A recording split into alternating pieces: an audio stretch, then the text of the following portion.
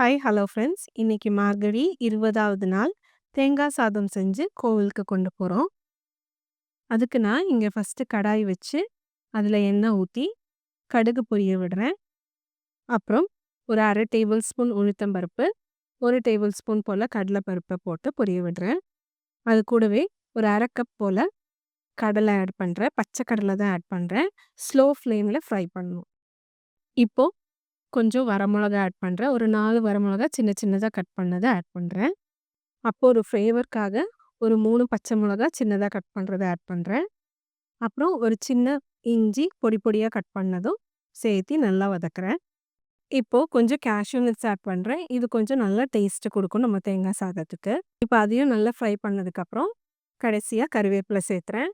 கறிவேப்பிலை பொரிஞ்சதும் நான் கொஞ்சம் கொத்தமல்லி தழை எடுத்து வச்சிருக்கேன். அதில பாதி வந்து இப்ப நான் எண்ணெயில சேர்த்துறேன். இது ஒரு நல்ல ஃப்ளேவர் குடுக்கும் நம்ம தேங்காய் சாதத்துக்கு.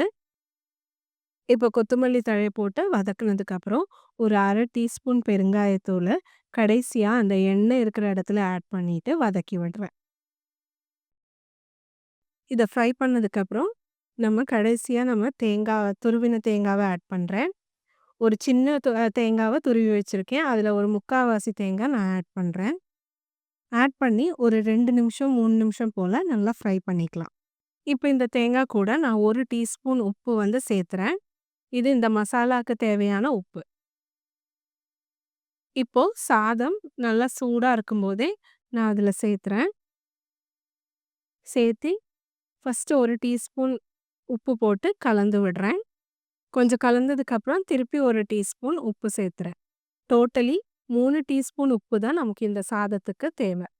1/2 கிலோ அரிசியோட சாதம்.